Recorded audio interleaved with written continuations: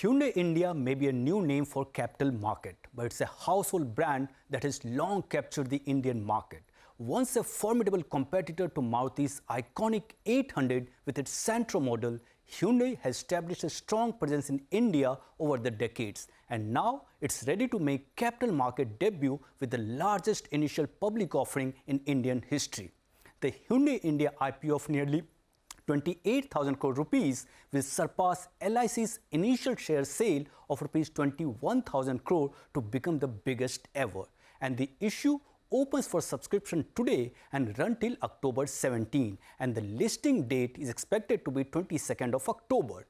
At the top end of price band, company is likely valued at rupees 1.50 lakh crore, and this fully offer for sale issue allows promoters to offload 17.5% of equity totaling 14.2 crore shares, reducing their stake from 100% to 82.5%. The anchor book for the IPO, which is open for bidding yesterday, has a size of 4.2 crore shares. Also, the IPO allocation includes 50% for qualified institutional buyers, 15% for non-institutional investors, and 35% for retail investors. For employees of Hyundai India, company has announced a discount of Rs 186 per share to apply in the IPO. Now let's talk about some of the internals. The earnings per share at the issue price stand at Rs 62.56 with a price to earnings ratio just above 26 times. So where do financials of the company stand in comparison to peers? On revenue front, in FY24, Hyundai India had a top line of Rs 70,000 crore against Rs 1.41 lakh crore of Maruti and Rs 1 lakh crore of Mahindra and Mahindra. On margin, it's almost at the similar level with Maruti at 13%, while M&M is leading the pack with 15%.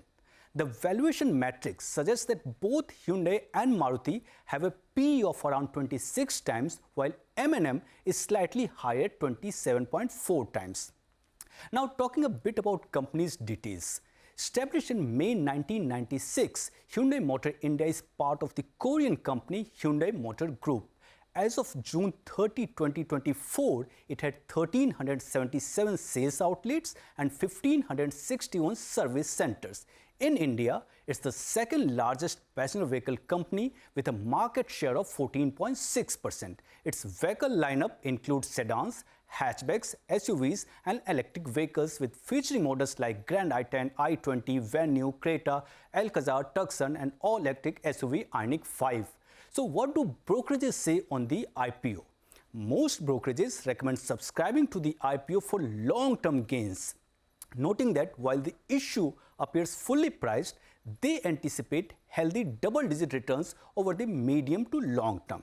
In the chat company recently had with CNBC-TV18, it said, IPO is the beginning of the next phase of the growth story. And talking about current demand, it said inquiries, bookings and retails have been strong in the month of October compared to September, with the first week of October registering a growth in the range of 30 to 35%. And on the launch front, company has a plan to launch 4 electric vehicles over next few years, with Creta EV is expected to be launched in Q4 of FY25. Lastly, if you can talk about grey market premium, we understand that the premium currently stands at around Rs 65 against a premium of more than Rs 550 that it saw in the last week of September.